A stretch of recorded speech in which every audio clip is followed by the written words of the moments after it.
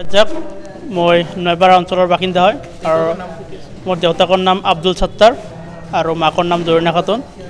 মই এনে ছুপাৰ 40 নামক কোচিং ইনষ্টিটিউটৰ পৰা সৰ্বভাৰতীয় নীট পৰীক্ষাত মুঠ 650 নম্বৰ লাভ কৰিবলৈ সক্ষম হৈছোঁ আৰু তাৰপিছত মই এতিয়া ফখৰুদ্দিন আলী আহমেদ মেডিকেল কলেজ বৰপেটাত ফাৰ্ষ্ট ইয়াৰ MBBSত এডমিশ্যন পাইছোঁ। তো মোৰ এই জাৰ্ণিত মোৰ মা দেউতাকৰ লগতে মোৰ ককা আইতা আৰু মোৰ গাঁওবাসী ৰাইজ অঞ্চলবাসী ৰাইজৰ আশীৰ্বাদ আছে। তো তেওঁলোকৰ আশীৰ্বাদত মই আজি ইমান দূৰ আগবাঢ়ি আহিবলৈ পাইছোঁ আৰু মোৰ ভিনিদেউ চানোৱাৰ ৰহমান তেখেতে মোক বহুত সহায় কৰিছে আৰু আগলৈও সহায় কৰি থাকে বুলি মই আশাবাদী আৰু যাতে মই আগত লৈ এজন ভাল ডক্টৰ, কেৱল এজন ডক্টৰ নহয়, এজন ভাল আৰু ইমানদাৰ ডক্টৰ হৈ অসমবাসী ৰাইজক সেৱা আগবঢ়াব পাৰোঁ আৰু মই যাতে মোৰ মা দেউতাক খেজমত কৰিব পাৰোঁ, অঞ্চলবাসী ৰাইজক মই সহায় কৰিব পাৰোঁ, সেৱা কৰিব পাৰোঁ, এইখিনি মই আপোনালোকৰ ওচৰত দোৱা কামনা কৰিছোঁ। সম্বৰ্ধনা আজি আমাৰ নয়পাৰা ইউথ ক্লাব আৰু নয়পাৰা সমাজৰ পৰা গোটেই সমাজৰ পৰা মোক সম্বৰ্ধনা জ্ঞাপন কৰা হৈছে।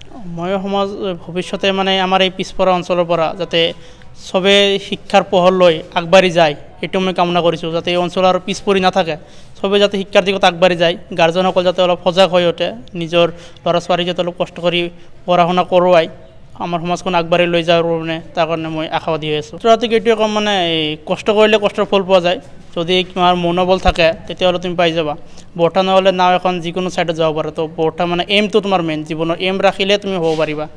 তো সৰুতে এইম দেখিব লাগে, লক্ষ্য ৰাখিব লাগে, তাৰপিছত চেষ্টা কৰিব লাগে। মইতো এক্সামত 3 মাহ আগত তোমাৰ 12, 13, 14 ঘণ্টা এনেকৈ পঢ়িছোঁ, যেতিয়া ভাল লাগে আৰু কি এনে কোনো কনফাৰ্ম ৰুটিন বানি লোৱা নাই, এইখিনি পঢ়িব লাগিব। দিনৰ পৰিস্থিতি হিচাপে কথা, ইনভাইৰনমেণ্ট ফ্ৰেণ্ডলি হয় নে নাই, কেতিয়াবা ইনভাইৰনমেণ্টৰ অলপ বিয়া চিয়া থাকিলে ওচৰে পাঁজৰে অসুবিধা হয় পঢ়া শুনাত, এনেকুৱা ইনভাইৰনমেণ্টৰ লগত খাপ খাই পঢ়া শুনা কৰিছিলোঁ, মেক্সিমাম সময় পঢ়া শুনা কৰিছিলোঁ। আৰু তো আমালোকৰ এই অঞ্চলত উদীয়মান যুৱক ল'ৰা যুৱৰালী যি ধৰণৰ এটা আয়োজন কৰিছে, আমি খুবেই সুখী হৈছোঁ যে গাঁওখনৰ গোৱালপাৰা জিলাখন পিছপৰা অঞ্চল বুলি ক'লে আপোনালোকে জানে, মিডিয়া প্ৰায়ভাগ ক্ষেত্ৰত আপোনালোকে আহিয়ে থাকে যে একেবাৰে পিছফালৰ অঞ্চলৰ যাৰ বাপেকে ক'বলৈ দিন হাজিৰা কৰাৰ দৰেই এখন সাধাৰণ সৰুৱা এটা কাপোৰ দোকানী হিচাপে থাকি পেলাই তেওঁৰ ল'ৰাই ছুপাৰ 40 পৰা আজি সৰ্বভাৰতীয় নীট পৰীক্ষাত ইমান ভাল নম্বৰ দেখুৱাই পেলাই আজি দুখীয়াসকলৰ প্ৰতীক হিচাপে যি ফলাফল দেখুৱাইছে তাতে আমি বহুত সুখী হৈছোঁ।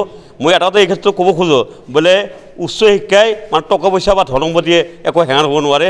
দুখীয়া ঘৰৰ ল'ৰা ছোৱালীও পইচা পাতি নাথাকিলেও ৰাইজৰ আশীৰ্বাদ বহুত ভাল দিশলৈ আগুৱাই যাব পাৰে। তাৰ প্ৰমাণ এই আমাৰ জিলাৰ যায়, যিগৰাকী ল'ৰাই মোৰো ছাত্ৰ আছিল, গতিকে সৰুৰ পৰা তেওঁক ভাবিছিলোঁ বহুত, আমি যি দেখিছোঁ তেওঁৰ লক্ষণ, যিমূলা ভাৰতত দুবাৰ তেনেকুৱা ধৰণৰ সৰুৰ পৰাই আছিল সত্যবাদী, মেধাৱপূৰ্ণ, ভদ্ৰ, নম্ৰ, ভদ্ৰ, বিধি, এনেকুৱা গুণ অধিকাৰী আছিল, যাৰ ফলস্বৰূপে আজি দুখীয়া অঞ্চলৰ ল'ৰা ছোৱালীক তেওঁ এটা উচ্চ এটা প্ৰেৰণাদায়ক হিচাপে লিখা পঢ়া কৰাৰ ক্ষেত্ৰত যে আৰ্থিক নাথাকিলেও বহুত দূৰলৈ আগুৱাই যাব পাৰি, তাতে তেওঁ এটা প্ৰমাণ দেখুৱাই এই অঞ্চলবাসী ৰাইজৰ মাজত তেওঁ মন জয় সক্ষম হৈছে।